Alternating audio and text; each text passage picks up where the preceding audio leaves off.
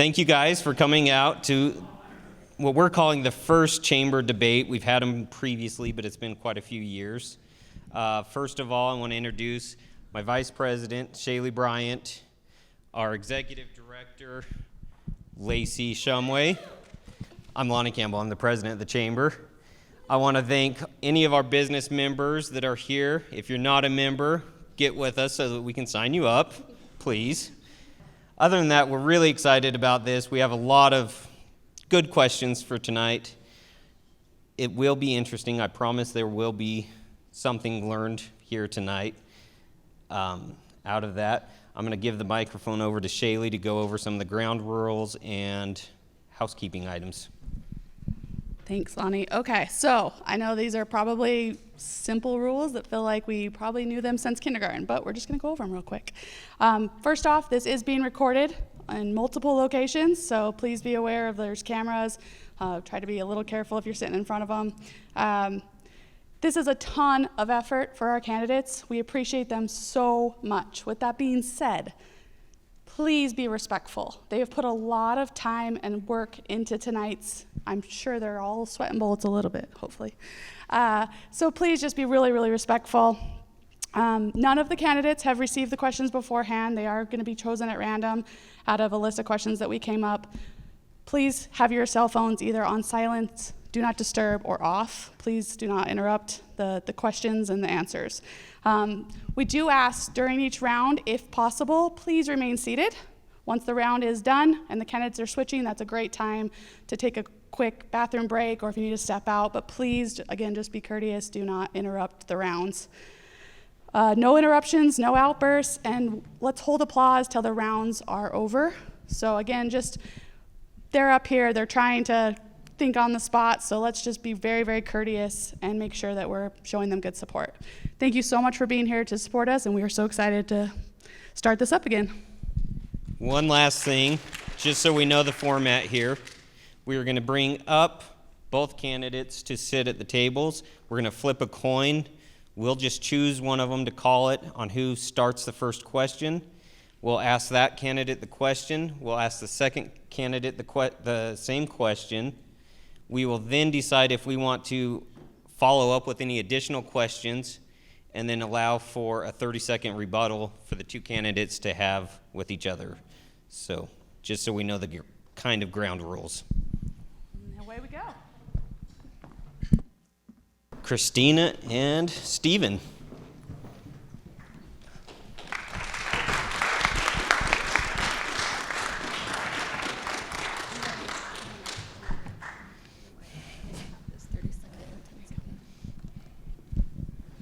And then just for your guys' information as well, we will have 30-second reminders and 10-second remaining reminders.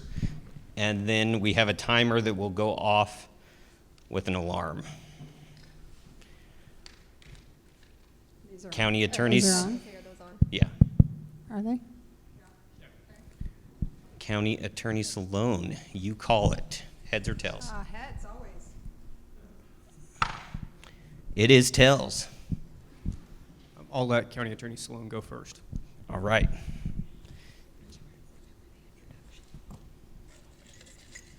Oh. Each of you will get a 1-minute opening statement. So, Christina. I'm Christina Sloan. I'm your current county attorney, and I'm wrapping up my first term. I have 18 years of experience. My expertise, of course, is civil. Why am I running? I ask myself this question a lot. But, you know, it comes down to we're in unprecedented times right now. And this is true because of development pressure and the booming, land use, but also economic period that we're in. This is true because of historic pressure from outside interests who are moving into Moab. This includes developers. This also includes outside organizations like the Blue Ribbon Coalition that just sued us for millions of dollars so that they can recreate wherever and however they want to in Grand County. And another important component is the turnover that we're seeing in law enforcement. Of course, the city police, this is something we're getting used to, although I really think we're finding stability there now. But we're also about to elect a new sheriff for the first time in a long time. And it's really important for continuity in the county attorney's office to help the sheriff's office move forward. Go ahead, Stephen. First, I want to thank everyone for coming out, taking the time to get to know the candidates. Tonight, you have an opportunity to hear both myself and County Attorney Sloan's position on different topics tonight. This gives you an opportunity to listen to each of us and to view in your mind what is the most important thing about this race. In my mind, I believe the county attorney's office is two parts. Number one, it's the critical balance between both the civil and the criminal aspects of that office. That means making sure that both receive equal and appropriate attention. The next is making sure that we're professional and that we do so even-handed. We provide legal advice that's based on the law, not opinion. I'd invite you to take an opportunity to listen carefully this evening. I will do those things if I'm elected in that office. Be critical, listen carefully, and at the end of tonight's debate, I would ask you to consider voting for me for county attorney. Thank you. Great, thank you. All right, moving into the questions. You'll have 2 minutes to answer. Then we will move to Stephen. He'll have an additional 2 minutes to answer the same question. And then we'll have our follow-up and our rebuttal.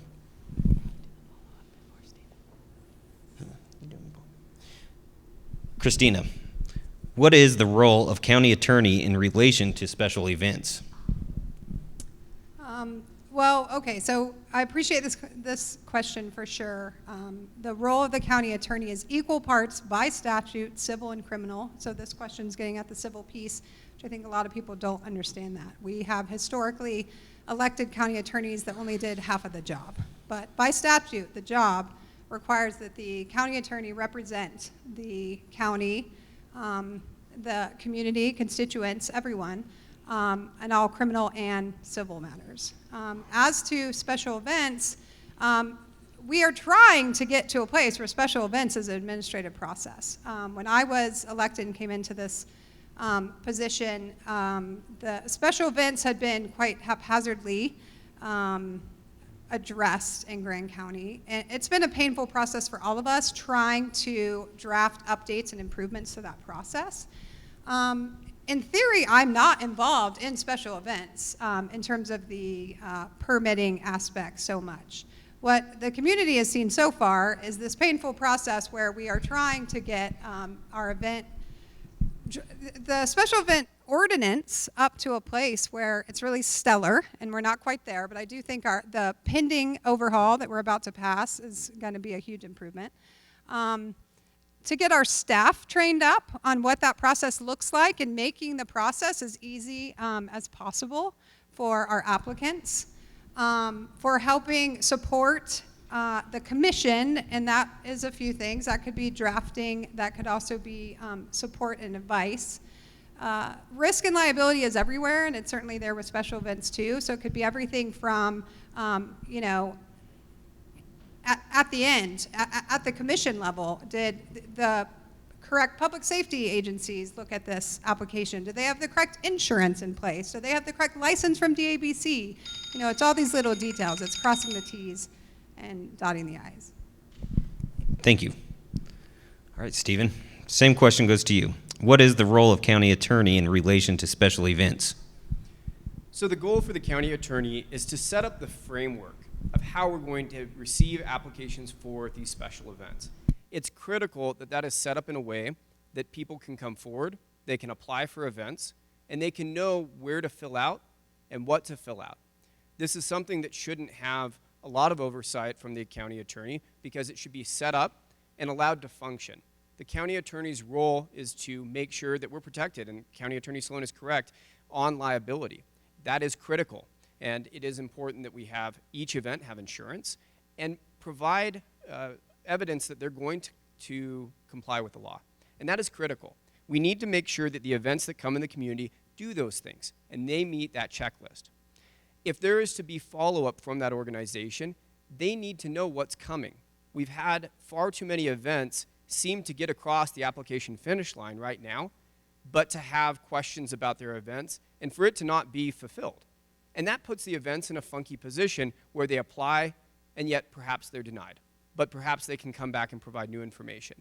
This needs to be set up cleanly so that anyone can run it and it can be run smoothly. Next, the county attorney's secondary obligation is to provide legal advice to the commissioners.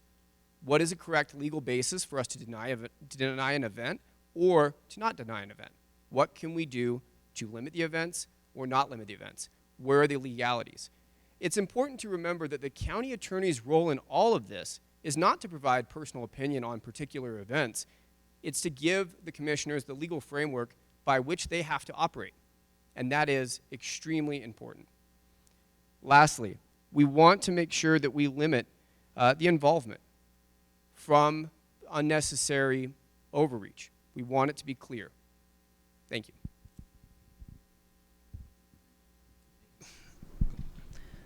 Christina, 30 seconds rebuttal. I agree with all of that. The framework that we have now hasn't worked. It wasn't working when I came into office, and it's still, unfortunately, not working, even though we did tweak that special events ordinance a couple of years ago. And that's the piece that has become painful for everyone, and that is what we're working hard on this overhaul. And that's why it's important that you have a county attorney with a strong civil background that can help. The commission administrator's office is taking the lead on that special events overhaul, but you need a strong county attorney with civil experience to help support that drafting process.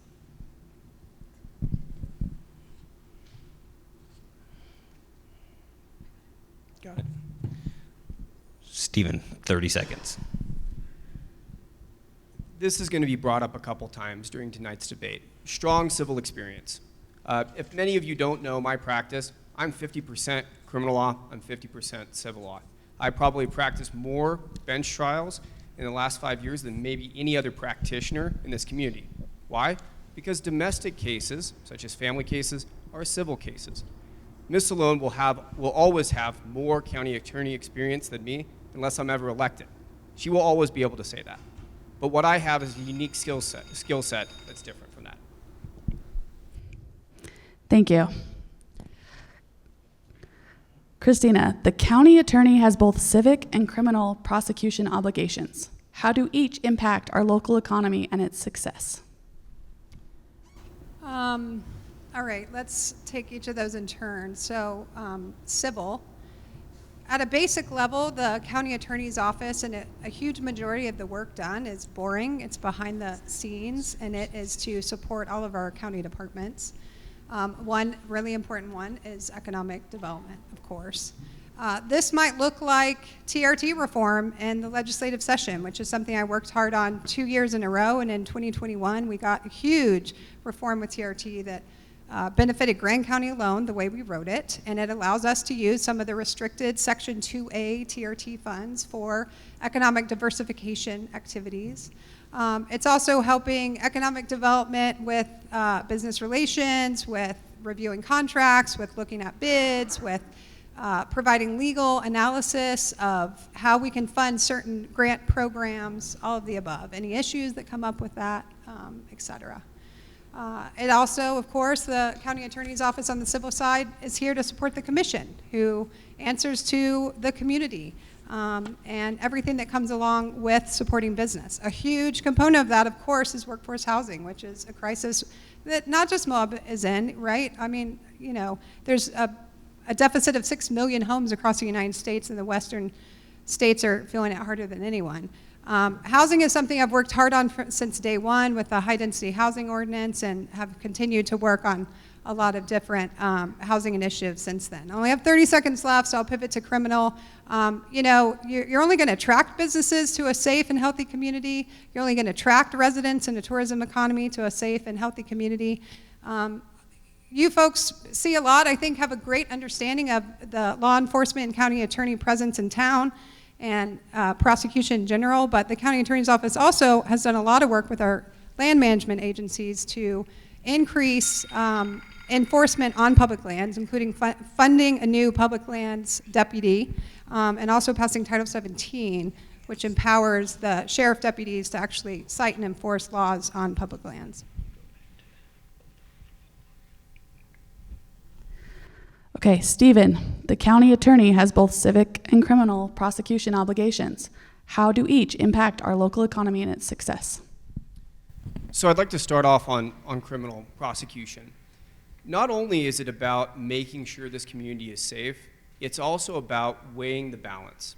When we have a case in this community, a criminal case, be it a simple possession case and more serious, not only do we have an impact on this community about safety issues, but we also have an impact for individual members of this community.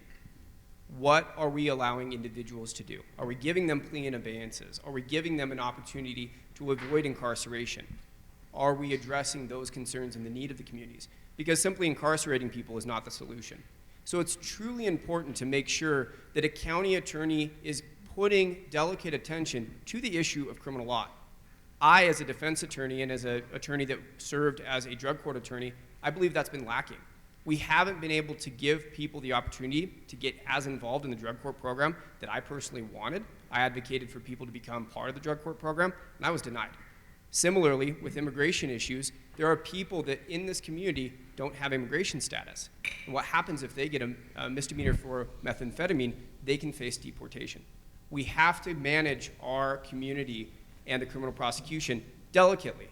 It has to be safe, but it also has to be managed properly.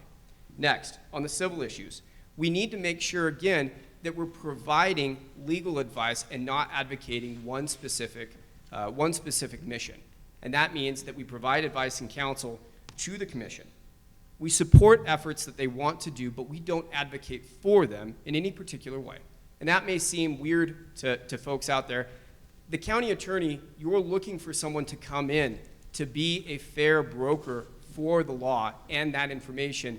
And that means that you don't push things that you want to personally see. Why? Because we've elected commissioners to do those things for us, and they're the people that are going to execute legislative and executive functions for you. Thank you. Quick follow-up questions. Christina, you talked about diversifying use of TRT funds for better economic diversification. Can you please expand on that? Well, the TRT statute is extremely complicated, but it used to be that these Section 2A restricted funds under the TRT statute could only be used for tourism promotion and recreation and film. There's a different section that allows funds to be paid for mitigation. For years in a row, we pushed on the legislature, and Chris Baird was critical in this as well, to expand the use of the Section 2A restricted funds to include economic diversification activities, but also workforce housing. Unfortunately, we haven't gotten the workforce housing done. Sorry, we have to stop there. Sorry. Stephen, your follow-up question. So you mentioned that you feel like there's a lack of a criminal focus within the attorney's office. How do you feel this actually affects our local economy? So if we don't focus on drug rehabilitation and providing people the opportunity to be a part of the drug court program or other programs that are going to help them gain the skills and tools that they need to not have the issues that they're facing, that's going to help. All of us know what it's like to have members in this community that have addiction, that have struggles with substances, and so that's critical. Secondly, if we don't address it, like the methamphetamine problem that's in this community, it will continue to become rampant, and we still don't have a drug task force. Okay, thank you. Christina, rebuttal, 30 seconds. The drug task force, there are a lot of reasons why that dissolved, and that was all before my time. Your two sheriff candidates are really passionate about that issue, and I feel really good that we're going to have leadership in the sheriff's department going forward, and that's going to get started. Again, I'm not sure why Stephen's harping on drug court. The county attorney's office is very passionate about diversionary programs, including the drug court. We also helped the court start a baby mental health court during my term. We're also participating in a domestic violence pilot program. Sorry, they have to cut off. It would be nice to finish a sentence. I agree, but Stephen, 30-second rebuttal. The county attorney says that they didn't have a drug task force system before her time. That was her opportunity to come into office and address this issue. For 4 years, it hasn't been addressed. If the drug court task force wasn't there before her tenure or ended before then, that should have been something that should have been critical to address. Thank you. All right.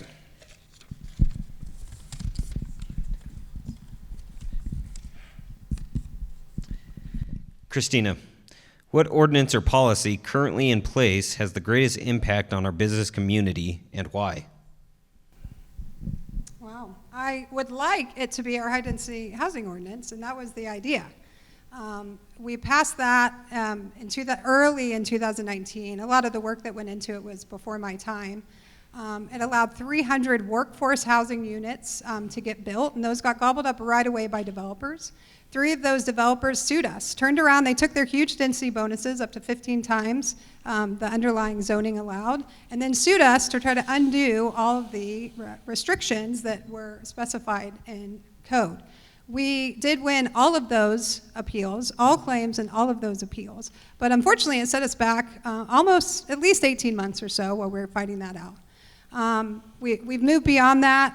You're starting to see those high-density housing units get built. Of course, workforce, we've got businesses, we all know it, businesses closing early because they don't have sufficient workforce, or providing a product, a service that's inferior where our visitors get frustrated because they don't have sufficient workforce. And housing is absolutely the number one solution, I think, to those quality problems for our businesses locally. The county is working hard on other housing initiatives. The Economic Development Department has been very involved in some of those grants. Of course, Arroyo Crossing is part of that, and the Economic Development Department has been critical in getting grants that the Housing Authority are using in particular to build units out at Arroyo Crossing. And we're also looking at expanding the high-density housing ordinance now that we've gotten through that litigation. And we continue to push hard on housing. Thank you. Stephen, same question. What ordinance or policy currently in place has the greatest impact on our business community and why? One of the hugest impacts that we have right now is the policy on how we're spending the TRT expenditures. For this year, we've seen a massive decrease in the amount of business that has come into this community. I think both the state statute and the restrictions that are there on the TRT funds, that creates an opportunity for us to work towards more flexible uses of the TRT funds. I think it's obvious that we have a housing crisis here. We've seen time and time again different ordinances come up to attempt to address housing. It was on the last commissioner's meeting as well. We have a systemic problem in this community that we can't have anyone afford a house. I mean, you practically have to either be retiring in this community or make over 6 figures to be able to buy a home. I mean, homes on Tusher sell for $500,000. That is going to be the most impactful piece of this community going forward. And what's going to happen is if we don't address it, it's going to push people out of this community. Next, the density overlays are going to help. We need to work in conjunction with the city as well, because a lot of the land within the city and the county is going to be the city land, and so we need to help push forward projects and ordinances that help complement each other. We're going to have problems with infrastructure being able to support these things, but it's really critical that we set up housing in a way that people can continue to live in this community. Thank you. Thank you. Christina, you mentioned lawsuits regarding the high-density overlay. How many of those lawsuits have been resolved and are being fulfilled? They've all been resolved in favor of the county. Being built out, I should say. Oh, well, the 300 units, as far as I know, all 300 units are still viable. So there were deadlines for when a developer had to get to plat in the ordinance. Because of the delay of the litigation, obviously developers were hanging out and waiting to see what was happening. So the developers have all blown those deadlines, and the commission, with every single request, has extended the deadline. So as far as I know, all 300 are on track. Desert Soul, I expect to be the next high-density housing development to build out. And one more question for you, Stephen. You had mentioned that you would like to diversify TRT funds. Are you suggesting that we shift funds to affordable housing? I mean, that's one possible use of it, yes. We've had that idea flirted with by Howard Trenholm. I know he's here and very passionate about that issue. That's something that that Governor Cox, formerly Lieutenant Governor, had mentioned as well. We need to have more flexibility with those funds, and grants are a great idea, but affordable housing is the critical issue that's going to be our kryptonite. Thank you. 30 seconds. Christina, rebuttal. I would like to rebut an earlier incorrect statement that the tourism numbers are down, the economic numbers are down massively or dramatically, whatever Stephen said. That's not true. Obviously, COVID was an interesting blip in the history of our people. Pre-COVID, we look at trends, right? So pre-COVID, the 5-year trend, we're still up about 38% so far for the year over that trend. This year, you know, the data that comes in month to month is really all over the place. So I think we can't say that yet. Thank you. Stephen, 30-second rebuttal.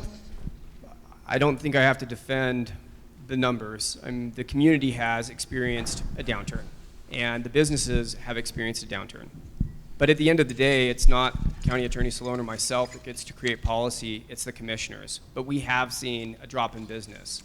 Whatever the community takes for that, or commissioners take from that, that's an impact that people are feeling. That's the final question. Thank you. Okay, Christina, how can a county attorney best cultivate a strong local business environment?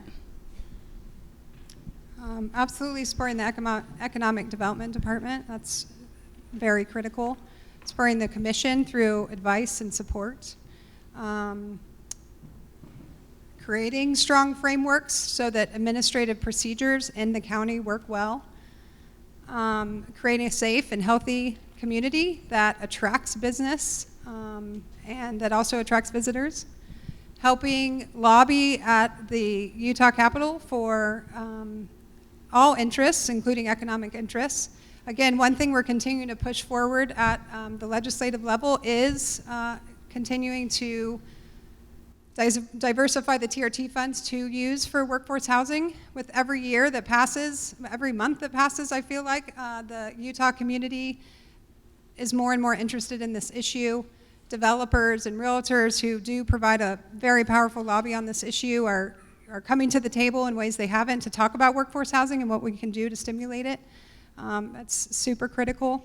Also helping, you know, it's an Ashley Kornblatt quote, but our public lands are the Mona Lisa of public lands in this country, and helping to strike a balance of our world-class mixed-use recreation economy that keeps folks coming back, but also continues to help the community sustain a high quality of life. It's critical. I'll leave it there. Thank you. Stephen, same question. How can a county attorney best cultivate a strong local business environment? Never underestimate the ability to listen to the community. A quote that my grandpa Max always said, and it's one you've heard, we have 2 ears and 1 mouth for a reason. That's so that we can listen. The difficulty will always be, though, and it's important to repeat, the county attorney, we don't get free reign over civil topics. We give legal advice to the county, to the commissioners, and they need to guide how we act, where we lobby, and in what way we do. But a lot can be said for a county attorney encouraging the commissioners to reach out to the community, and for the attorney to be a part of that process, to listen to the community and provide feedback. Again, the county attorney needs to provide legal advice. What can we do? Where can we push our limits? And where is it defensible? It will always be a question of liability and risk, and that's what the county attorney has to provide. We can do that, and like my opponent said, safety. Safety in the community is very important. When a business experiences a problem, they need to be able to reach out to law enforcement or the county attorney, a legal problem regarding a criminal law problem. They need to be able to reach out to law enforcement and to the county attorney and feel like they have been heard and they have been represented. As well, we need to make sure that when we are lobbying anywhere in the community that it's going to be successful, and it's going to be based on what the commissioners would like us to do. As much as we can, we need to also promote intercommunication with different law enforcement agencies. There's not only the Grand County Sheriff, the Moab Police Department, but there's also law enforcement agencies in Arches National Park as well. We reach out to them. We need to help provide them with assistance where we can. Thank you. Thank you. We have no follow-up questions. 30-second rebuttal, Christina.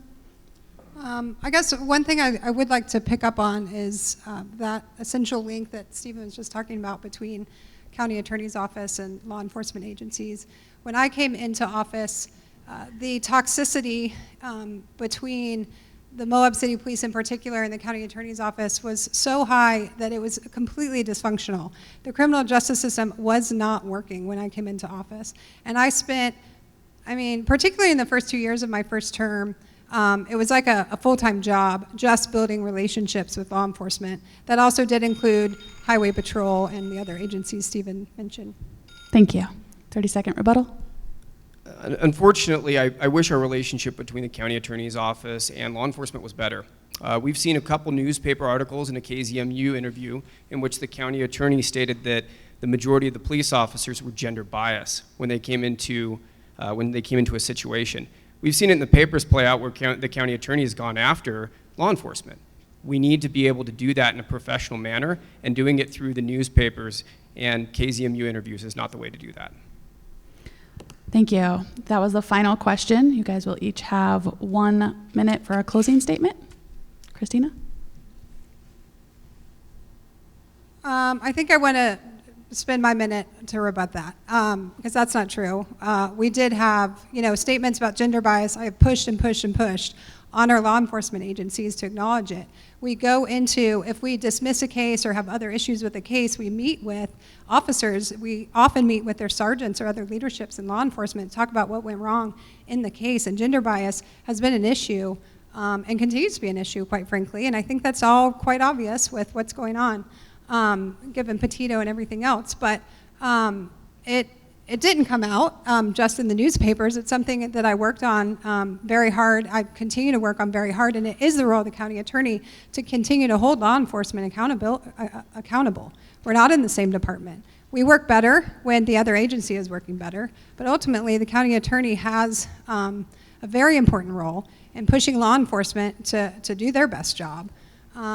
We are the gatekeepers of the criminal justice system. Prosecutors are. Thank you. Stephen, 1 minute. I'd like to thank everybody for coming out tonight. This is really important, and this position is an extremely important position for this community. I believe we can do better. I believe we can do better addressing why we don't have a drug task force. I believe we can do better with communicating with the community, and I believe we can do better by helping communicate with this community. We have seen in the last 4 years a lot of these issues have not been addressed, and we need to address them. And it doesn't matter whose fault it was, we need to take the opportunity to go forward and to make changes. If I am elected county attorney, I will make those changes. I will be passionate about doing things to mitigate the deteriorating relationship that we've seen in the past for law enforcement and improving future communication.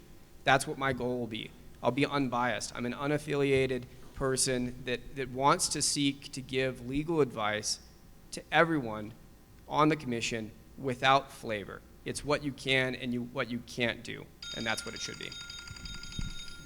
Thank you. You guys can please go back to your seats, everyone.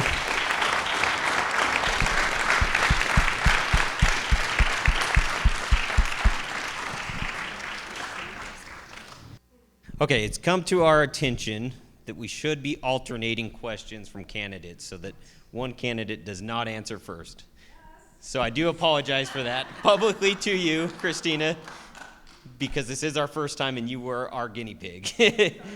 So we will go ahead and change our format to that, and we will continue on.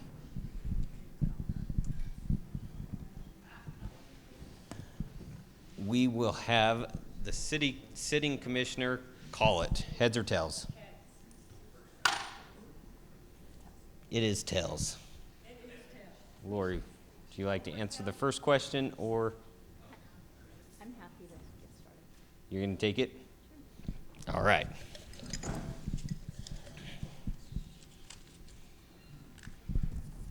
Well, first, it's just an opening statement. Oh. Opening statements first. Thank you for inviting me. I'd like to introduce myself. I'm Lori McFarland, and I'm running for the County Commission seat in District 4. I have a degree in international relations with a focus in problem solving in government. After doing an internship in Washington, D.C. for my local congressman, I decided I was better suited to the private sector. I returned home and worked for a startup airline and spent 8 years in different aspects of management, from quality control and sales to human resources. I came to Moab 27 years ago, like many of us, as a river guide seasonally. I met my husband, Scott, and we started a small business here in town, raised 2 kids, and through that business, we're able to share the beauty of Moab with others in a responsible, sustainable way. Thank you. Mary, 1 minute. I'm going to stand up. I'm more comfortable talking when I'm going to stand up. I'm more comfortable when I'm talking when I'm standing up. I want to thank the Chamber for hosting this debate, and I want to thank my opponent, Lloyd McFarland, for having the courage to run for office. Democracy works a lot better when the people have a choice. I've lived in Moab most of my life. I went to the University of Idaho and then moved back to Moab in the 1990s. My passion for service helped me be an effective teacher, mother, foster parent, and CEO of a children's foundation. And now it's helped me be an effective commissioner. My mother, Fern Mullins, served as a county commissioner, and my dad, John Mullins, served as a city council person. My father and mother taught me that the greatest service you can do is run for office and serve with the desire to help your community, not for your own benefit. I am passionate about improving the quality of life for the people of our community. Okay, Lori, first question. So are we going to trade? After the first. After opening statement. Yes. Now we're getting into the fun part. We've seen a dramatic downturn in tourism, not only here in Moab, but also across the nation. What is your plan to keep our tourism market share competitive? And those of us who remember the pandemic will remember that Ford Motor Company was unable to acquire wiring harnesses for their most favorite truck, the truck that they sell the most of. So stadium parking lots were filled with Ford trucks, waiting for those wiring harnesses. But on the television, they spent millions of dollars in advertising funds to continue to promote Ford. Why did they do that? So when the pandemic was over and those trucks were available, they would be able to sell those trucks and be in the forefront of people's mind. We have millions of dollars of TRT money that by statute should be used to sustain our visitor economy. We are a one-trick pony. We have one economic engine currently. We lobbied heavily to change that so we have economic diversity so that we can spend those funds, but when we did that, we didn't have a plan for what to use those funds for. So we have money, but we refuse to spend it on promoting our one economy. I would spend money bringing quality visitors to our community.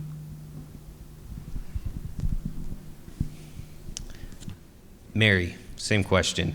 We've seen a dramatic downturn in tourism, not only here in Moab, but also across the nation. What is your plan to keep our tourism market share competitive? My plan is to continue working to promote Grand County. That is one of the best uses of our TRT tax. The other, and also to work with mitigation. We are now fortunate enough to have TRT tax that we can use on diversifying and improving our general economy. The Grand County Travel Council did an excellent job and has done an excellent job promoting Grand County. When from 2015 to 2019, the TRT tax grew 10% every year. In 2021, it doubled. The amount of TRT tax we got in 2021 was twice as much as the amount of money we got in 2015. That's unsustainable. That was unsustainable. This year, we are 2% above the average of the TRT we got in 2019. When the year started, we started out real strong, and then it started to slump. And when our business administrator and budget administrator and the travel council came to the commission concerned about this slump. It wasn't below what it was in 2019, but it was a slump. The commission responded by putting another $459,000 in additional advertising.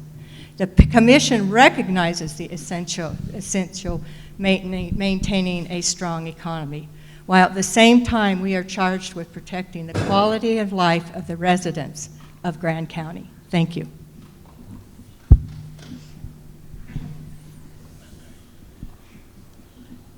Lori, 30 seconds rebuttal.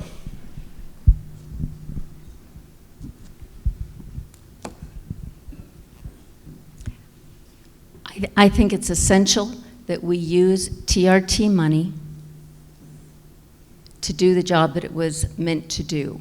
I think it's essential to keep quality in the utmost, but if we're not spending the money on what it was designated for, we're going to lose that opportunity at a state level. They're going to take that away from us because we're not properly taking care of that stewardship. Mary, 30 seconds. We are properly using the TRT funds. We are promoting. The majority of TRT funds is used for the promotion of tourism. Another portion is used to deal with the mitigation of tourism. And a small portion is used to work for economic development. So, yes, TRT funds are being used correctly. Thank you, ladies. Okay, Mary, you will be first. We all know that workforce housing is a hot topic. What does workforce housing mean to you, and what role should the government play in it?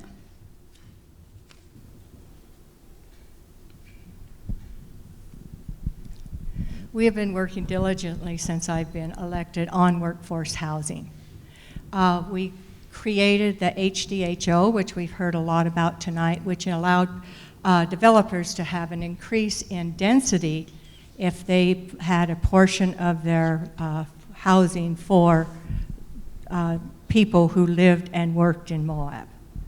We also were instrumental in getting the Arroyo Crossing going, which is going to provide 300 homes that are affordable for people who live in Moab, and they are deed restricted.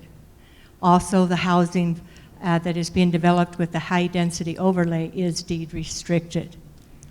We have over close to 500 to 700 houses in the pipeline. The county's doing a nexus study right now to determine how much housing do we really need. Yes, we're in a crisis right now, but will we be in a crisis after all these houses are built? We need to know so that we don't overbuild and we make sure that we have a good housing market. Thank you. Thank you, Mary. Lori, same question. We all know that workforce housing is a hot topic. What does workforce housing mean to you, and what role should the government play in it? For me, workforce housing means that I have phenomenal employees. We thought about 8 years ago that there was a trend coming and workforce housing was going to be impossible for seasonal workers or year-round workers. So we built our own workforce housing and made it very affordable for our employees. Consequently, we're able to attract phenomenal people. But what we need to do, in my opinion, is get out of the way of people who know how to build and make some of those restrictions eased up so that we remove some of those barriers. I think that we are losing the important people. We're losing families. The demographic that changed in our county was we had a decrease in who was living here, but we actually had an increase of people 60 and older. I think it's essential if we don't have a place for families, we lose that root of our community so that they can grow up and they can run for commission and they can build our community. If we want to be a retirement community, that's up to us. There are federal programs being talked about where we could use the 96% of federal land that is in our county. We have 4% that's available for building. Maybe we use some of those federal funds that have been talked about, not federal funds, excuse me, federal lands that we could use to build housing on. I think it's essential that we use the talent that we have in the community and remember to collaborate with the talent and not be afraid of the talent. Thank you. All right, follow-up question. What is your stance on high-density housing and commercial mixed-use zoning? Can I repeat the question? So what is Your stance on high-density housing and commercial mixed-use zoning? It would depend on where it was. I mean, I would have to know where you're talking about doing that before I could really give you a clear answer. As far as the high-density housing, are you talking about the high-density housing overlay? Yes.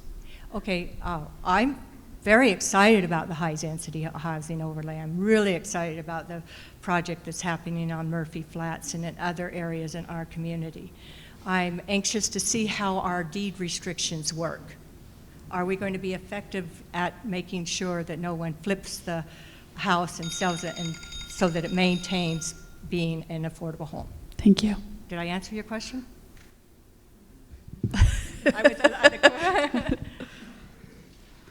Sorry.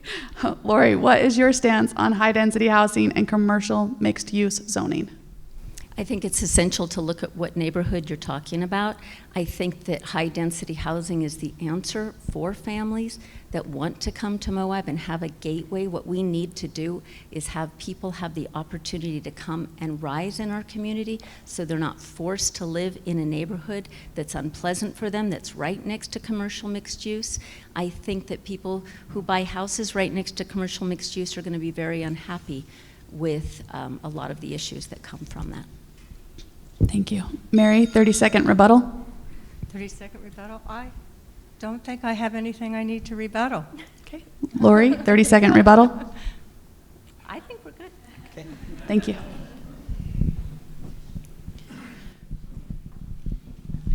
It's perfect timing for this question because it just got brought up. Lori, we'll start with you on this. A vital part of the future of Moab's success is being able to attract long-term generational residents with a vested interest in our community. What are your solutions to attracting young professionals, families, and those with a long-term interest in Moab? That's kind of why I'm here. I have two long-term knots. I have two kids that were raised in Moab and graduated from Grand County High School who do not see a pathway for them to return. It's in all of our best interest to be able to do what we can as far as housing opportunities, whatever it is, if it's high density coming into the community and then being able to say, okay, I've been here for a couple of years, now I would like to move maybe to a townhouse. Maybe I'll go from a townhouse and then maybe I could go to a detached housing. I think that having a place to land when you come back from your professional university or wherever trade work that you've been studying, if you don't have a place to go except mom's basement, you're going to be frustrated. And so I think that one of the most essential pieces to that is having a place for people to land. When I came here 27 years ago, my place to land was in a tent at Gooseneck Island. I was one of those. But working really hard and finding options and knocking on doors, I found a room to rent. I don't think everybody wants to start out like that, and if it's a little easier to get here, I feel like we can attract quality people by giving them that grounding of a place to land. Thank you.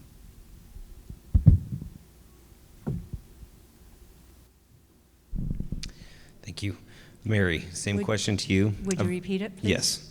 A vital part of the future of Moab's success is being able to attract long-term generational residents with a vested interest in our community. What are your solutions to attracting young professionals, families, and those with a long-term interest in Moab? My solution to keeping and attracting young people to Moab is by continuing to support Utah State University. When I became a commissioner in 2015, they had been talking about Utah State University having a campus forever. And Chris Baird was the one that said, if we want this to happen, we have to put our money where our mouth is. And so the Grand County and the city of Moab collaborated and built all the infrastructure for Utah State University. Thus, Utah State University is open and running, and if you haven't been up there to visit, please do. It is gorgeous. It's exciting because now it's going to be easier for our high school students to move directly into a college and work for an advanced degree. The other thing that we're doing is, with the change of TRT, we're able to do economic development, where we're working to develop types of jobs that are more high-paying, offer benefits, and will attract people to Grand County that want to live here and stay here. And also through our VISTA program. There's so many. I saw a few come in here. Our VISTA program, where we have people come in and work, has brought so many dynamic young people to this town. It just warms my heart when I go to the county and I see all these dynamic, capable young people working and finding a way to live and make a positive impact on our community. So thank you to all our VISTA volunteers who chose to stay. Lori, follow up to yours, just for a little more clarification. You'd mentioned that you're looking for a solution for people, or a place for people to land. What is your solution to that? I think that one of the good solutions is some of the high-density apartment buildings that we can build for 1, 2, 3-bedroom places that people can do long-term. Once again, we've made it so cumbersome and so difficult for builders to come in and help us do that, that currently is not much of an option. Thank you. And to follow up with you, Mary, you had mentioned USU being a pathway to this. One of the questions I have to that is, how do we attract teachers to Moab currently? How do we attract teachers to Moab currently is by offering them a good wage, an affordable wage, and by continuing our creation of affordable housing. Like I said earlier, we have over 300 houses in the pipeline. They're being built right now. We are going to have better choices sooner than we did 3 or 4 years ago. Did that answer your question? Yes, thank you. Lori, 30 seconds rebuttal. I think that the TRT money that was spoken about earlier is essential, a part of our community. As long as we have visitor economy and let's let the visitors pay for a lot of these amenities and negative externalities. But when we lobbied the state for that benefit, we had no plan of what we wanted to spend that money on. We spent money on lobbyists and we got the law changed. But what are we going to spend that money on? Now we just have grants. We need to make us another economic engine besides tourism. Mary, 30 seconds. I have a real good rebuttal on this. We are making a plan. We're right now making a plan. I'm very excited about it. The Travel Council, the Economic Development Council, and members of the community are involved in creating a strategic plan on how to move forward in the development of using those funds. The core questions they are asking, I will read fast. How do we manage and sustain a thriving tourist economy that drives economy benefits? And anyone that wants to know what the plan is, Thank you. Ask me afterwards. Thank you. All right, this is the final question. And Mary, you're going first. What are the most realistic and promising areas of opportunity you see to expand our economy? What is the, I think some of the ways we can expand our economy is to take advantage of what we have here and working with, you can tell I'm excited about Utah State University. We have one of the biggest dinosaur quarries in the nation, north of town, which is now Utah State Park, Utah Raptor State Park. We can attract people who want to study paleontology. We have that process, we have everything here for them to do so, and we have the university to help them. We also are in this incredible geographic area where people can come and study geography and teach geography, and we can bring people here to do so. We can also look at ways that we can use the future UMPSTER site for having some area to help with the development of businesses. Thank you. Lori, what are the most realistic and promising areas of opportunity you see to expand our economy? If we can come up with a way that people have a place to land when they get here, I believe that we can attract light industry. We have had light industry solicit our county in the past and have offered to build housing for their entry-level people, for their entire staff, but we chose to pass that up because we didn't think that that was the kind of thing we wanted in our community. I believe that light industry of some kind, rather than get rid of Zeal Optics and push them away, if we will make economic opportunities for low impact, sustainable options for light industry that have low impact on our community, that we can actually have something other than just a visitor economy. Thanks. All right, no follow-up questions. Mary, 30-second rebuttal. 30-second rebuttal. Lori mentioned that if we got out of the way, we would have affordable housing built. We were out of the way. We were out of the way, and this is why we're where we're at now. That people could build houses anywhere and use them for overnight rentals. So the county put in an overnight rental overlay so that that can't happen. So there's only certain areas of the county you can build overnight. We have set in place ordinances and ways for people to build affordable housing. Thank you. Okay, we will now have closing statements. Oh, I'm sorry. Lori, have you done your rebuttal? Sorry, 30-second rebuttal. I apologize.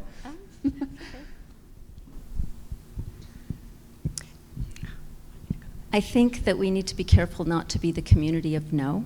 I understand that we have made moratoriums on overnight rentals and on other industries that aren't necessarily favorable to certain sectors of the community. I think it's important that when we're using methods of problem solving, that we just don't eliminate those that think differently. Thank you. All right, sorry, now we'll have closing statements. All right, Lori, you'll go first.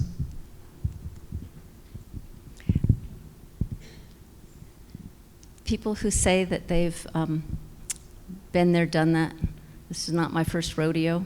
Well, this is my first rodeo. I've never done this before, and I'll tell you, I'd rather be sitting where you're sitting.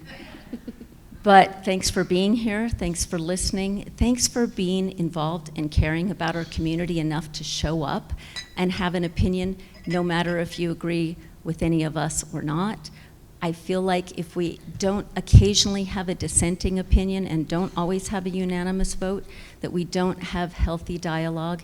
And I hope that we'll be able to, moving forward, come up with a little bit of diversity of thought and opinion. And I thank you for being here. All right, thank you. Mary, 1 minute. I believe I'm the best choice for District 4 County Commissioner. I will prioritize quality of life issues for our residents. I will work to develop and maintain positive relationships with residents all across the spectrum. I have been successful when I have expedited the uranium tailings from being removed from the banks of the Colorado River, so that they should be gone in the next 3 to 4 years. When I became the chair of the Tailings Committee, it was going to not be done until 2036.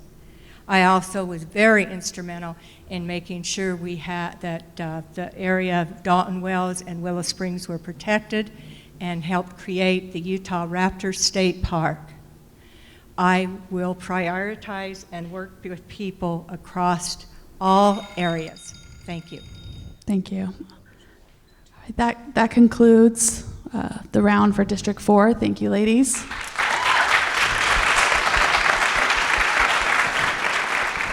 We now have District 5 on the stage. We are going to start with Steve Getz's opening statement. So I'm Steve Getz, running for District 5. I'd like to thank the Chamber for putting this together. It's nice to have a chance for us all to listen to the issues. I've been a self-employed businessman for, well, I'm not going to tell you how many years, but I started my first business when I was 30. And I've had 4 different businesses, 2 in the environmental industry, a boat and RV storage, and Terry and I also had a gift shop in the Cotwood Mall. So I've had a little bit of variety. 3 of my businesses made money, and 1 turned out to be a very fun but very expensive hobby. And I learned lessons from successful businesses, and I also learned lessons from closing a business. And I hope to bring those skills to help with the commission. Thank you. All right, Mike, 1 minute opening statement. Hello to everyone this evening. I am Mike McCurdy. I was born and raised in Grand County, along with my wife, Ronnie McCurdy, and our 5 children.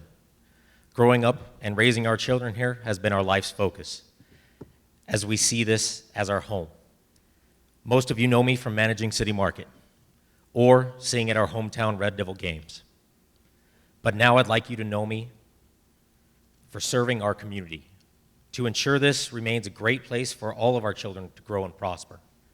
For that to happen, we need to address the concerns of our citizens and shift our political focus on our basic shelter needs, our realistic use of water, and our sustainable economy, together with accessible government. Our community needs helpful and clear policies now, and I think I'm the person for that. Thank you. All right, we will be starting with Steve. Moab's economy is currently reliant on the outdoor recreation. What is your stance on public land access for outdoor recreation use?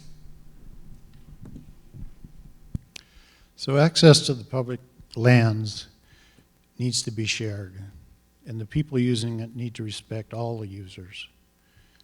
And if we can, through education, get people to understand the impacts that they're having not only on the land but on the other users, I think we can all share it and keep everything open that we can. But if we have people that abuse the land or abuse other folks' uses, then we're going to have more and more restrictions.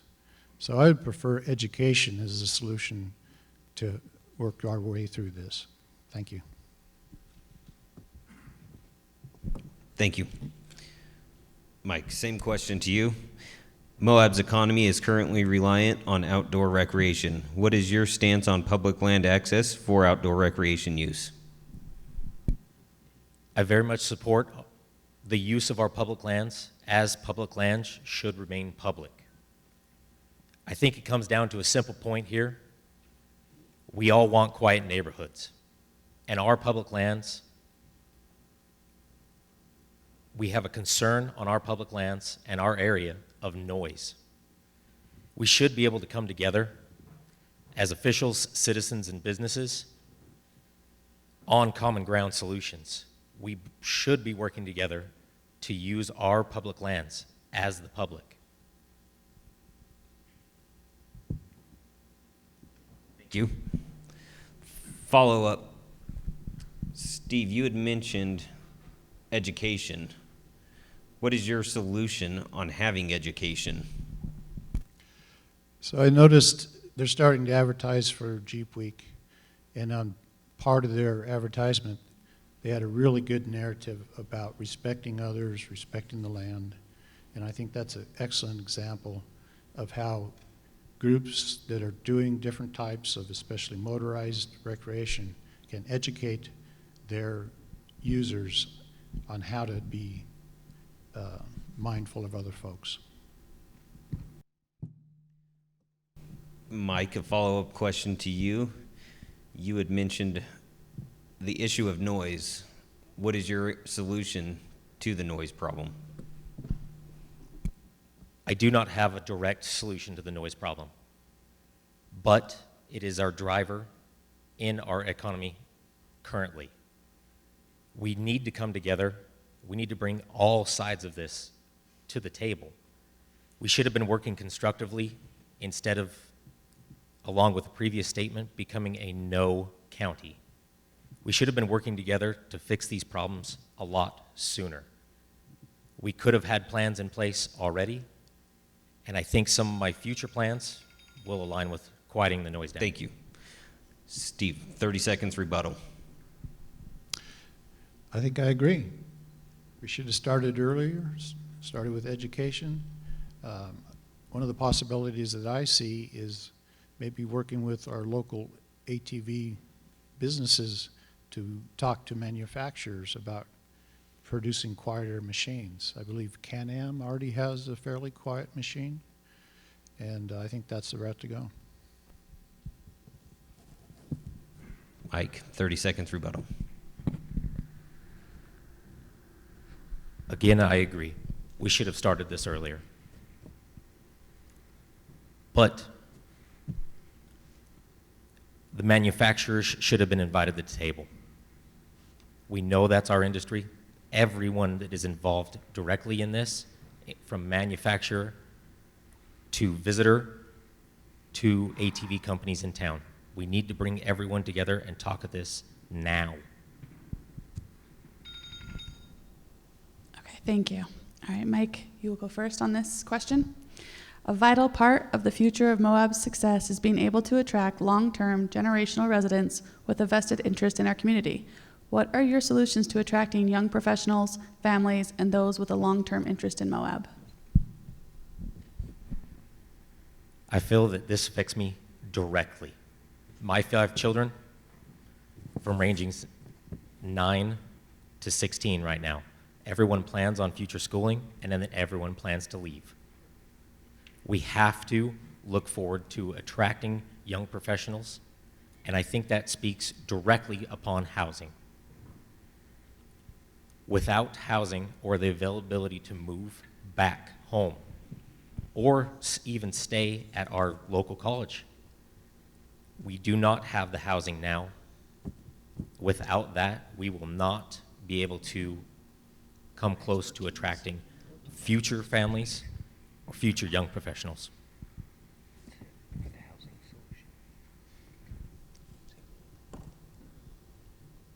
Thank you. All right, Steve, same question. A vital part of the future of Moab's success is being able to attract long-term generational residents with a vested interest in our community. What are your solutions to attracting young professionals, families, and those with a long-term interest in Moab? So let me apologize. This is going to be kind of a nerdy answer, but this is what I think about. So agricultural research, it's a big, hot topic issue right now. Universities and private companies around the country are trying to develop new varieties of crops that can grow in warmer conditions. We have Utah State University, which is an Aggie college. Aggie colleges were formed to promote and research agriculture products. And the other tool that we have is we're a desert. What a perfect place to have fields full of new varieties getting checked out to see if they'll work. So what is the benefit to the community? Number one, it can help keep our farms green. Number two, it can keep agriculture-related jobs here. Number three, a research facility needs a slightly different supply chain than what we have, creating new businesses and new jobs. And number four, adding a new area of focus to the campus here can help it grow and possibly even bring more staff down to do the research. Sorry. Thank you. All right, follow-up question, Mike. What is your expertise within the housing issues for you to help create solutions?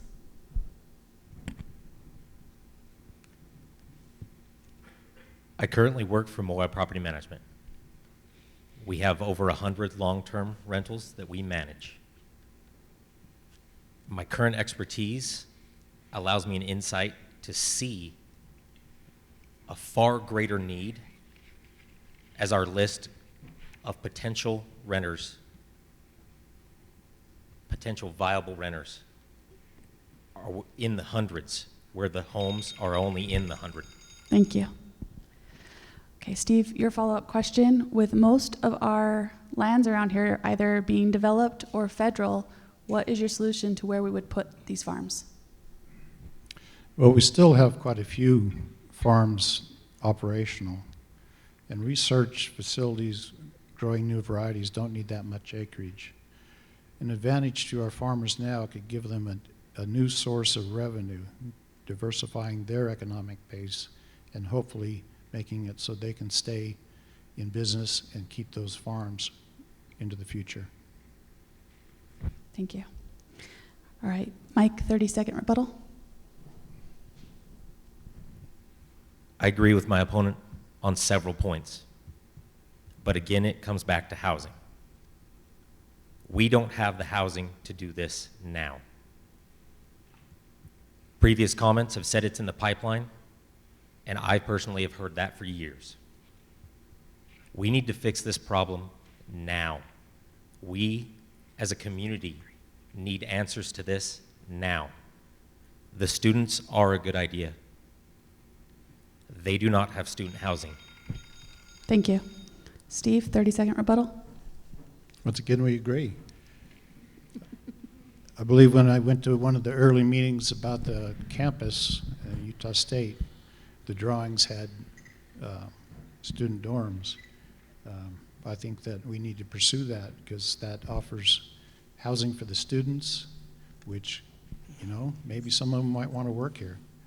And then they'd have a place to live and jobs, be a win-win.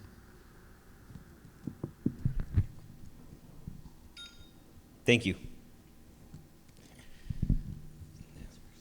Stephen, you answered this question first. San Juan County is actively looking to develop the southern end of Spanish Valley. What is your plan to assure that we don't lose tax revenue to those efforts? So that's one of my bigger concerns, being a businessman and attending some of the land use planning that's going on. It seems like we're turning everything into housing plots. If you're going to create new jobs and expand jobs here, businesses have to have a space, a building to rent to start out in. So I think we need to make sure that that planning is included in our current efforts. If we let all the businesses go down to San Juan, like you mentioned, the tax base is going to be just miserable. I mean, we're going to raise the kids and educate them, and they're going to have all the business tax and income. Thank you. Mike, same question. San Juan County is actively looking to develop the southern end of Spanish Valley. What is your plan to assure that we don't lose tax revenue to those efforts? Again, speaking with planning and zoning, business does have a space and should be able to build more businesses. Highway commercial is a viable option throughout the valley. San Juan would be required to tie into our water systems and would open up avenues, water and sewer systems, would open up avenues for reaching out and working together. We need to be working together. We can't treat San Juan in a sense that they don't exist. They are the far end of the valley. We need to work together on this. They need stuff from us, and we would like, again, the tax revenue to go along with this. We should be working together, and we should be working together in the planning phase of where we're not right now.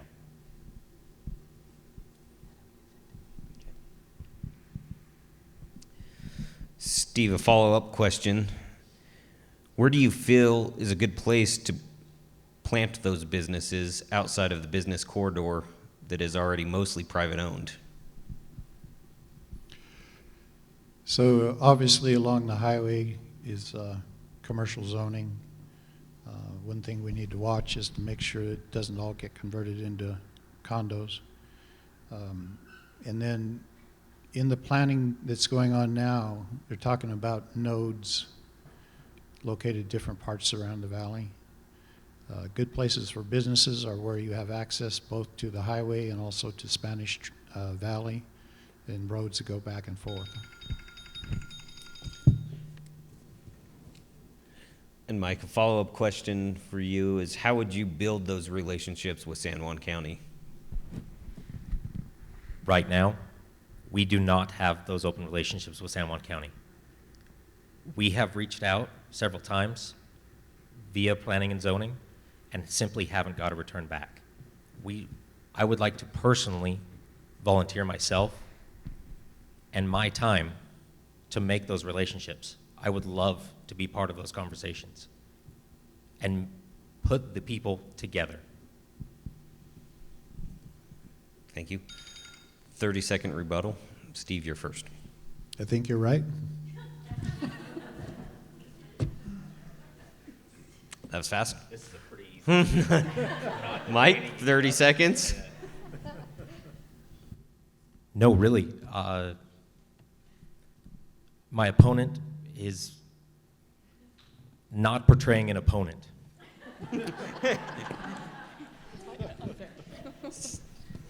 It is very easy to say these things. Again, I return to my statement. We need to be doing these things now. They have been in the talking phase and the planning phase most of my lifetime in this community. We need to do it.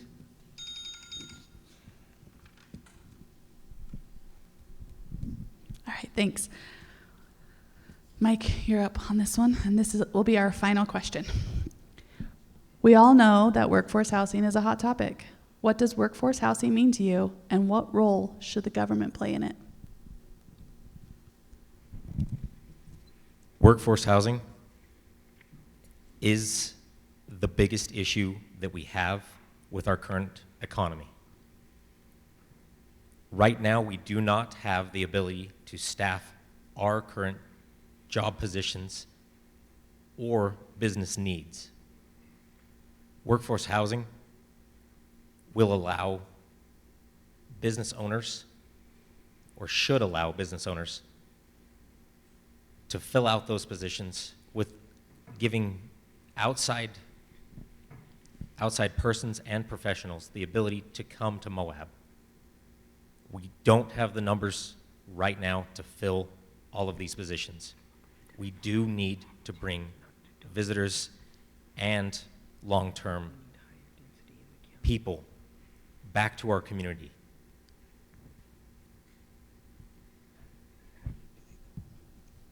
Thank you. All right, Steve, same question. We all know that workforce housing is a hot topic. What does workforce housing mean to you, and what role do you feel the government should play in it?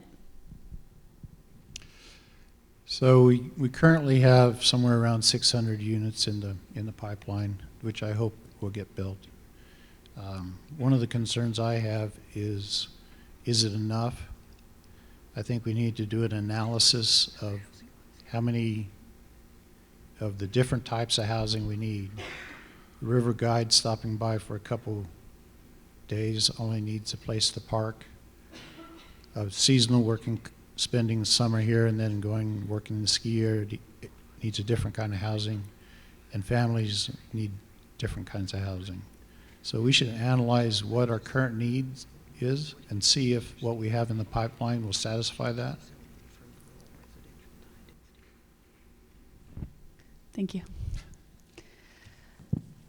Follow-up question, Mike. What is your stance on changing some of the current rural residential into high-density overlay? I do see some of the current rural residential as space and land available for high-density overlay, and I see that as a short-term fix less than a long-term fix. Yes, we do need homes. Yes, we do need homes, but the high-density overlay will simply give that landing pad that was spoken of before. Thank you. Steve, same follow-up question. What is your stance on changing current rural housing into high-density overlay? So I think the key is location. When you build your high-density housing, it should be centered around possibilities for working and walking to, some shops and things like that. Kind of like central part of Moab is today, where people can ride their bikes and walk to quite a few different places. So that's the thing I would look at is, can we create those kind of neighborhoods in the future? Thank you. Mike, 30-second rebuttal.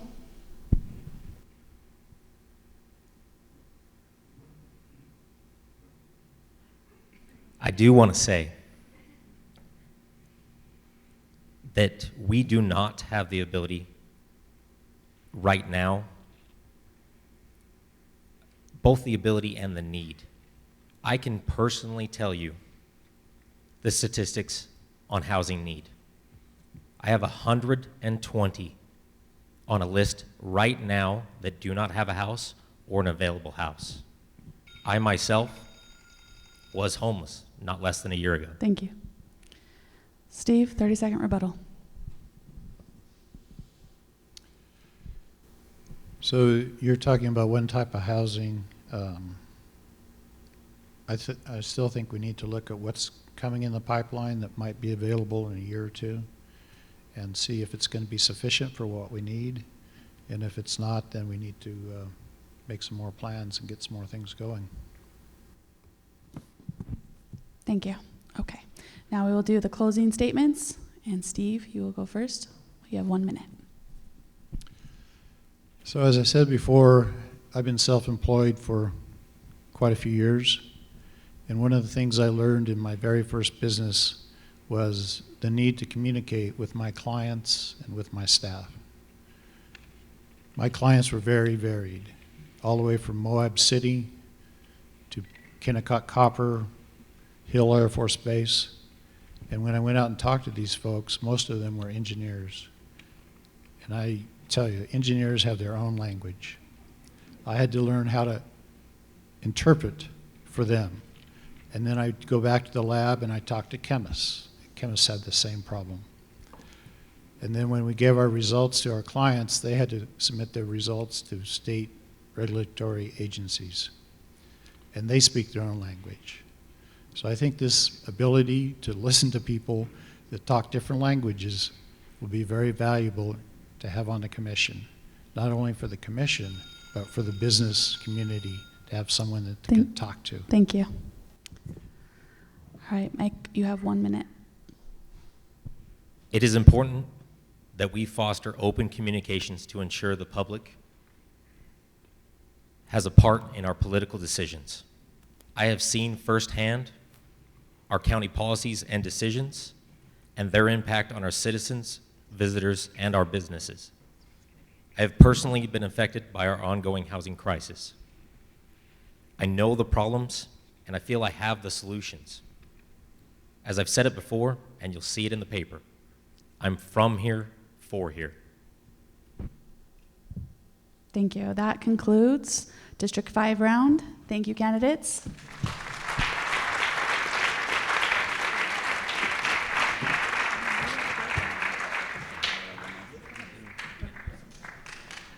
In a couple minutes, we'll get started with the final round with Bill Winfield and Emily Campbell. On stage is our at-large candidates, Bill Winfield and Emily Campbell. We are going to start with opening statements. 1 minute. Emily Campbell, go ahead. All right.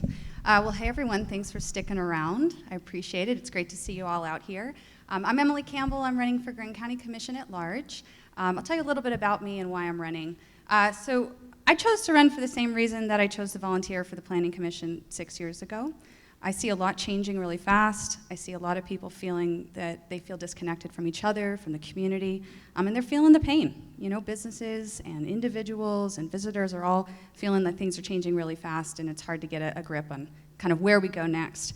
I've got some direct experience that I think is really useful. I've got a background in economic development. I've been a volunteer on the Planning Commission for the last 6 years. I know our code. I know our residents. I know our business community. I'm also on the PTA. I've got 2 little boys at HMK. I just got invited to join the board of Colorado Plateau River Guides, so I'm deeply engaged in the community. I've been saying my kids are my special interest in this. I want to solve these challenges today and not kick the can down the road to them. And I really feel that working together and coming to the table to actually take action is how we do it. Thank you. Bill, 1 minute, opening statement. I would like to thank the Moab Chamber for all of their hard work in helping our community through the recent economic struggles we've all faced. Born in the area and raised in Moab, I truly love this place. My father was a uranium miner and rancher, so I've experienced firsthand the booms and busts of Grand County. That includes building my own business and running a construction company over the last 20 years. I know the value of business and the work it takes to ensure a business is successful. My direct ownership and management of a local business gives me an edge in our election for Grand County Commission at large. I am the only candidate in this race with experience and proven results. I am not a polished speaker, no way, but rather extremely productive. Nor do I pretend to have all the answers. I am not a career politician. My sole motivation to run for office is out of a deep concern for our community. Thank you. Emily, starting with you. With the limited availability of commercial space, what are the most impactful uses of the remaining highway commercial land? Oh, that's a great question. I think one of the things that we should be talking about is, do we need more of it? Do we need commercial land specifically, and where do we place it? One of the things that we saw over the last decade prior to the moratorium that took away nightly rentals and hotels as a use by right in that district is that most of that land was being converted to hotels and condos. Since then, we've started to see a little bit of development in the area, but it really hasn't been happening fast. That land is still very expensive, and it's a challenge to be able to expand businesses and create new opportunities for business development. So, in terms of the highway commercial area, one of the things that I'd like to see us look into is things like mixed-use development, which came up earlier in a different debate. The idea of mixed-use development is you might have a shop on the bottom and a house on top. There's been a lot of conversation about denser multifamily development, and this is a great way to bring that in a way that is actually cost-efficient for developers and builders. Somebody who is able to rent out the bottom space to a shop or to a small business locally, and then use that additional space to build apartments or smaller units can help to build workforce housing while also contributing commercial space to help expand and diversify our economy. I also think that we need to be mindful about looking at buffer zones around our highway commercial. It's a little bit arbitrary right now. There's just kind of a line on either side of the highway and a lot of split zones. And I think we should be intentional about thinking about what type of development belongs closer to the city versus a little further out into the county. Though looking at mixed use is one way for us to have lighter commercial out in the county, like around where the Shell station is, which can allow us to also draw some of those tax revenues off of the development in Spanish Valley. So we have a good foundation. I think we need to be intentional about maybe questioning the current things on the ground and really thinking about creating buffer zones for our residential areas and supporting our smaller businesses through general business and lighter commercial space. Thank you. Bill, same question. With limited availability of commercial space, what are the most impactful uses of the remaining highway commercial land? I believe we've got to continue to allow growth along the highway leading south. If we do not make that available for businesses, we're going to lose it across the county line. And I think that we've been a little bit slow in recognizing the fact that if we continue to chase light industry off rather than encouraging it to come in here, they're just going to go across the line. I believe that Emily's correct that we need to start thinking about buffer zones, but the highway is the natural area for growth out in that end of the valley. There needs to be access for trucking. There has to be access for employees and for people to be able to come into these jobs that we want to create with different types of industry. So the highway is the natural choice for it. I don't believe that it's a good option to be looking into other areas of the valley where you're trying to move into people's neighborhoods and into some of our open space that we still try to maintain. Okay, follow-up question. Most of the highway or high-density overlay is part of the highway commercial space. What is going to happen if that land becomes residential?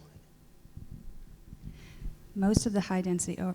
Yeah, let me quickly address this because I think when we talk about the high density overlay, that was applied when people requested that it be applied to their parcel, and that was the place where the commission at the time felt that it was most important. Not all of those developments are in the highway district.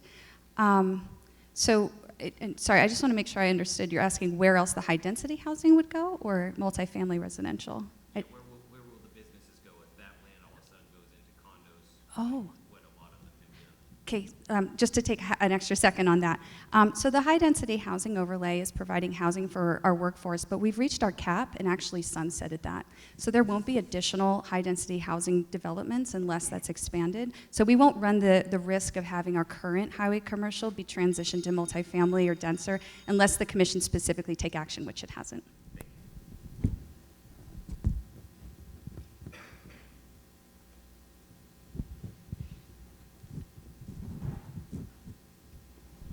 Bill, I'll ask you the same question. A lot of the highway commercial land that is south of town has been used for condos. We'll reframe it a little bit here. How do we ensure that business is part of that development going forward? I think we have to be careful in where we allow any future overnight rentals. I believe that they take up a huge swath of that commercial land out there. And if that's the direction that we're going to go as a community to allow that to be part of our tourism base, that's one thing. But we have got to continue to hold that highway zone available for commercial use. Thank you. Emily, 30-second rebuttal. Yeah, so now if we're talking about, and thank you for clarifying. So one of the reasons that I supported the moratorium that reduced, that took condos and overnight rentals, short-term rentals out of that district was for exactly the reason you're talking about. So now if you want to bring a new short-term rental online, you have to specifically ask permission for it to apply that overlay. And that does reserve the remaining space in our general business and highway commercial districts for things like more dense multifamily housing, mixed-use commercial and residential development, and some other options we can explore. 30 seconds, Bill. Yeah, I believe that we have got to start incentivizing our builders a little bit more in that area. We struggle with bringing in anything along the highway, and it's going to take looking elsewhere for some of these businesses to come in here. So I think that we've got to relax a little bit. We certainly don't need any more overnight rentals along that highway, and we've got to start looking for the commercial building space that previous that Steve talked about. There's got to be an avenue somewhere for those people to start building. Thank you. Okay. Bill, we'll start with you on this one. San Juan County is actively looking to develop the southern end of Spanish Valley. What is your plan to assure we do not lose tax revenue to those efforts? Again, it's been spoken of before, but we have got to start open dialogue between ourselves and San Juan County. And it feels like the current administration has had better luck at trying to give direction rather than look for a joint collaboration out there. And I think we've got to get to the point that we're trying to work for both counties' best interests, because that line goes right along property lines out there. One neighbor's in San Juan, one's in Grand County. And so if we don't start some kind of collaboration to working with that county out of there rather than trying to tell them what they can do, I believe it's going to open up a can of worms for us if it continues going. And they already are developing.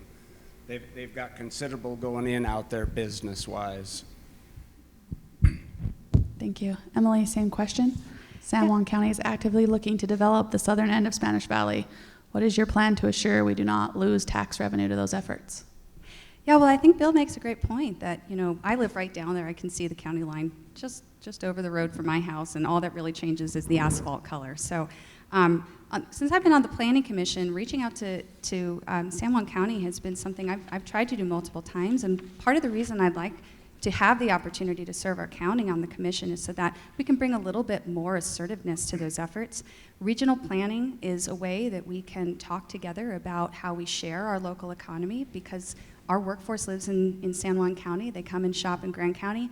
As we develop our commercial spaces, especially in those areas along 191, you know, we're going to have our neighbors from San Juan County coming up and shopping here, and I think doing our planning together and talking about our priorities together is so critical.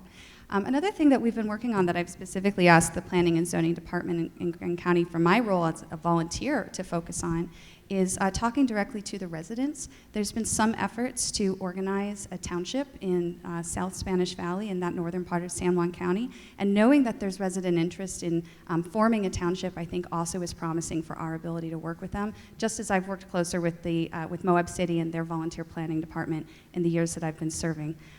There's a lot more that we could be doing. I think we need to be very intentional about looking at the ways that people move in this region. It's a pretty small region. There's not many of us, and I think we can find a way to work together. Thank you. No follow-up questions. Bill, 30-second rebuttal.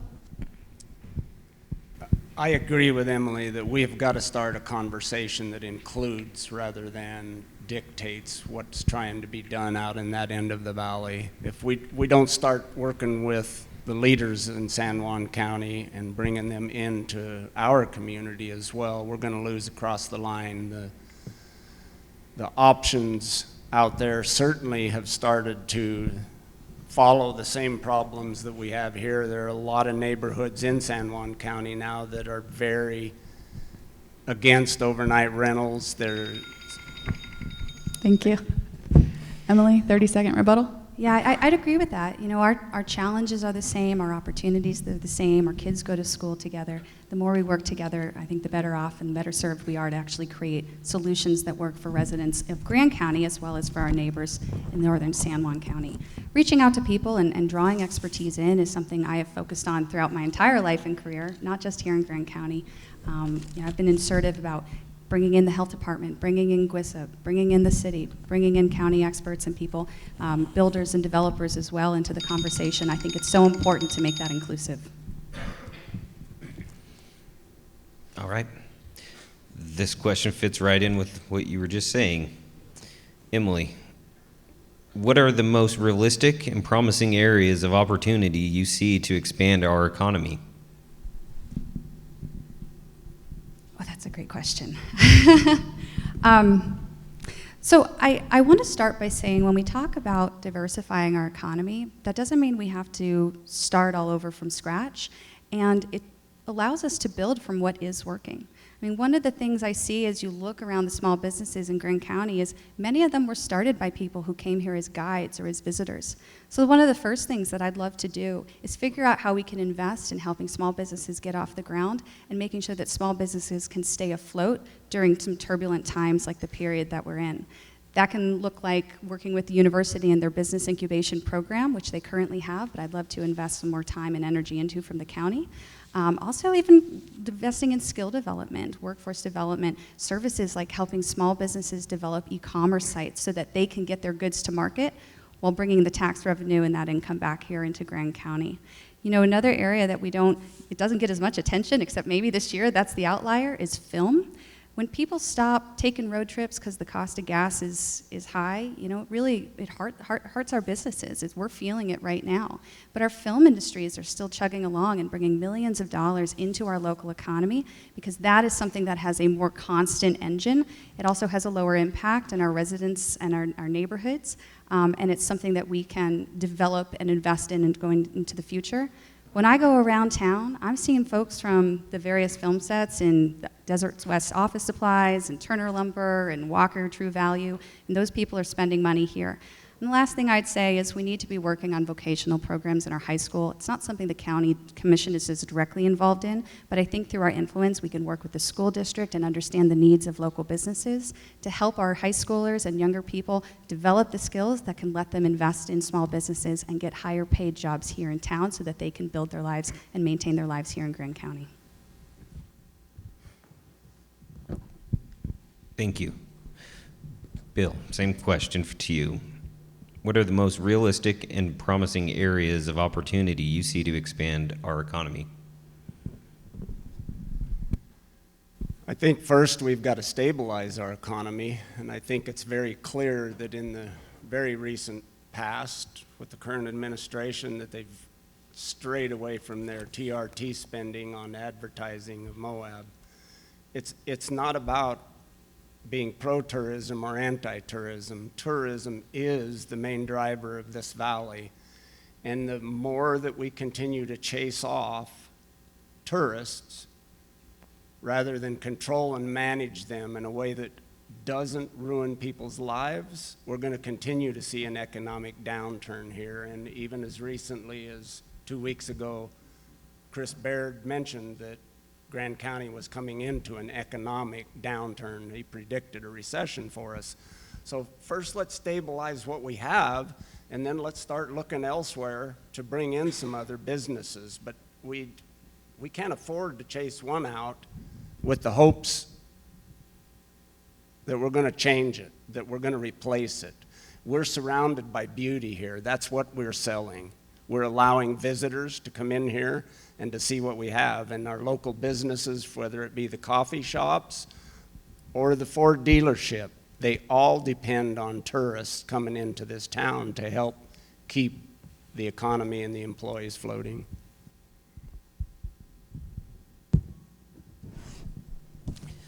All right, follow-up questions. Emily, you had mentioned the Film Commission. What do you have as far as supporting the Film Commission or looking to grow the Film Commission in this area? I mean, I think part of the reason of having a film commission is so we have people who are experts working on it, because I don't know a darn thing about making movies. You know, I'd say that making sure that people have access to understand how our local economy can support large productions, you know, helping to get people even exposed to Grand County. One of the wonderful things about our TRT funds is it can help to bring people in, let our guiding community introduce Moab to folks who might then be able to create new opportunities, be it films, small business investment, and so on.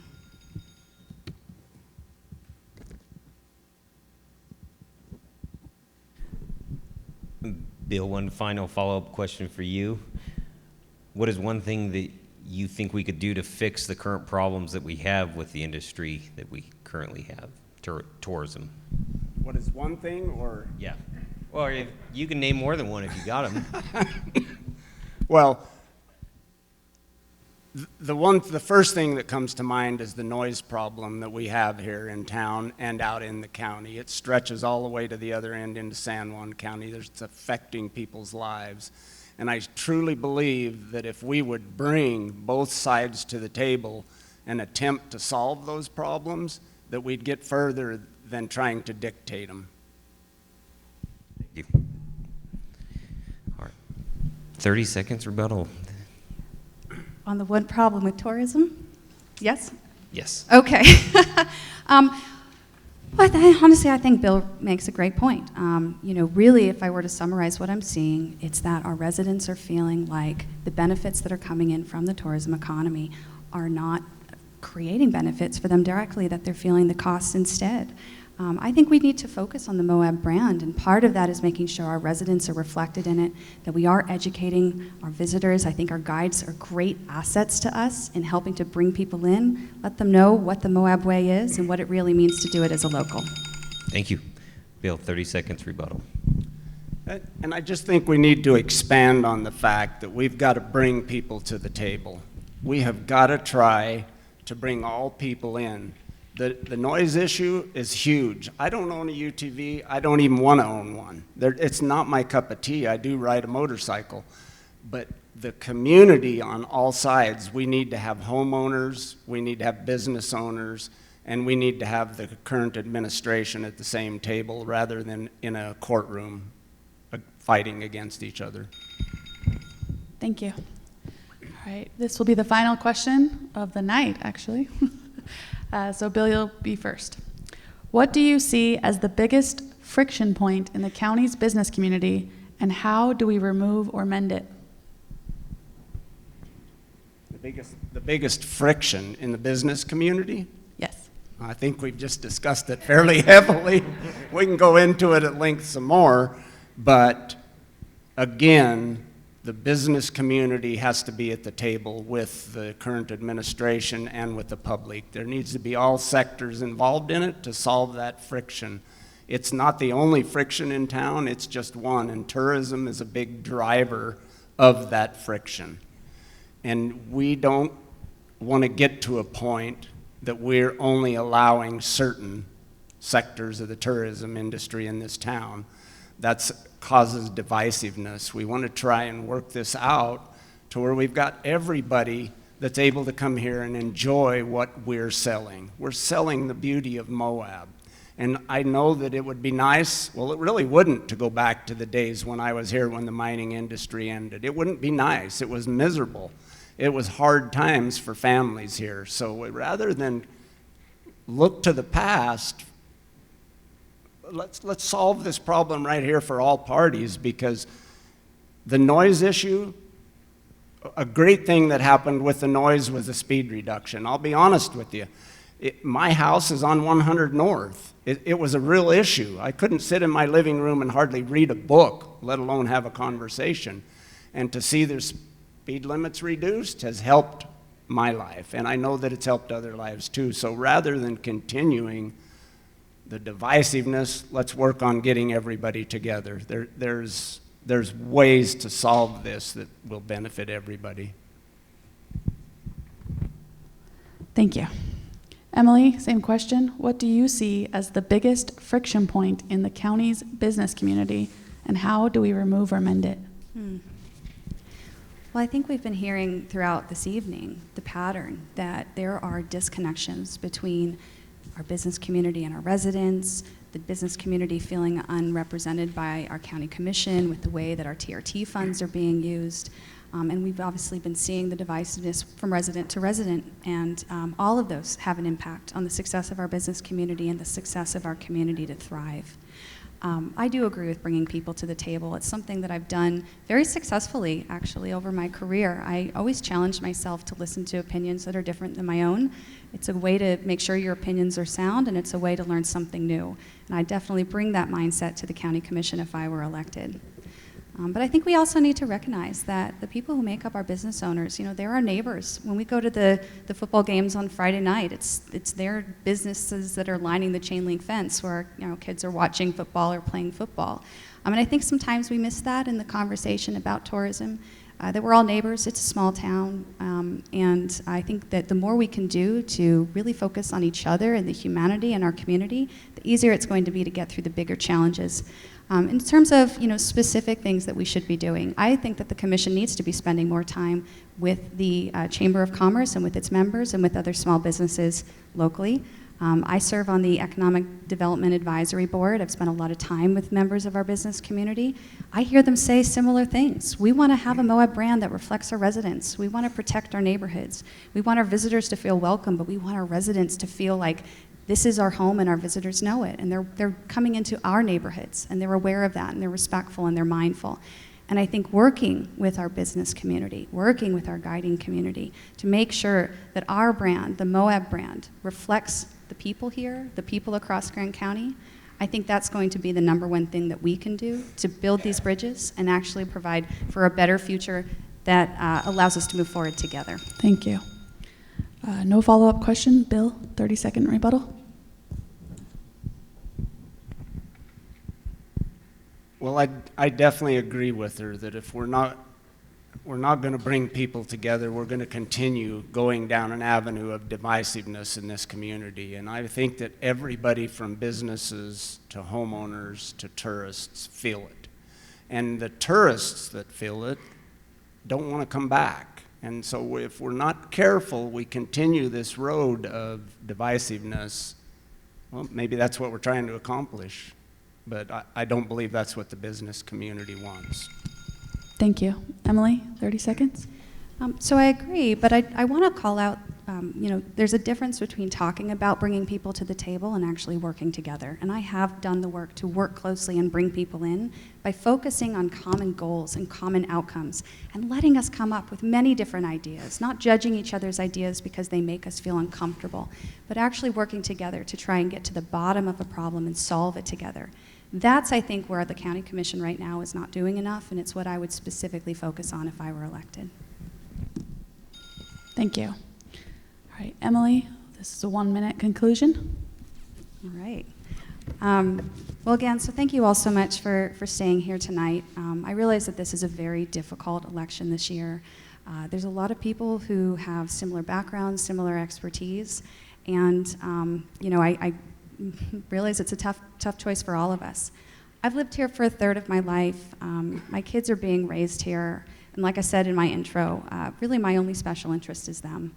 And the families that I work with when I coach their soccer teams and see at the PTA and see when we go to various activities around town. I have specific experience I bring to the table, but more importantly, I have deep relationships with old-timers and newcomers, people across the aisle, across all parts of the political sphere. I'm really running as an independent because I truly care about the people. It's something I've led with since I've been here. And I think that there's just a lot more we could be doing to start by connecting with each other, realizing we do have so many shared challenges and shared outcomes that we heard tonight. So thank you so much. Thank you. Have a good evening. Bill, 1 minute. I do not pretend to have all the answers, but what I have is a strong business background with experience necessary to bring local leaders together and accomplish results that will alleviate the current breakdown between our current local elected officials and the locals of Grand County. We do not need more of the same, but rather a more balanced view. I am focused on creating a stable economy in Grand County that provides not only entry-level jobs, but professional careers, so that our children and our grandchildren can enjoy a stable economy with affordable housing. In short, I put people before politics. I look forward to serving the citizens of Grand County and ask for your vote on November 8. I'm not endorsed by any special interest group. The only influence over me will be the voice of the people of the county, all voices of this county. In closing, there's no question who is more pro-business with the necessary experience and proven results. All right. Thank you, guys. Thank you three as well. And that concludes our debate. So if we can give everyone a big round of applause, and thank you guys for coming tonight.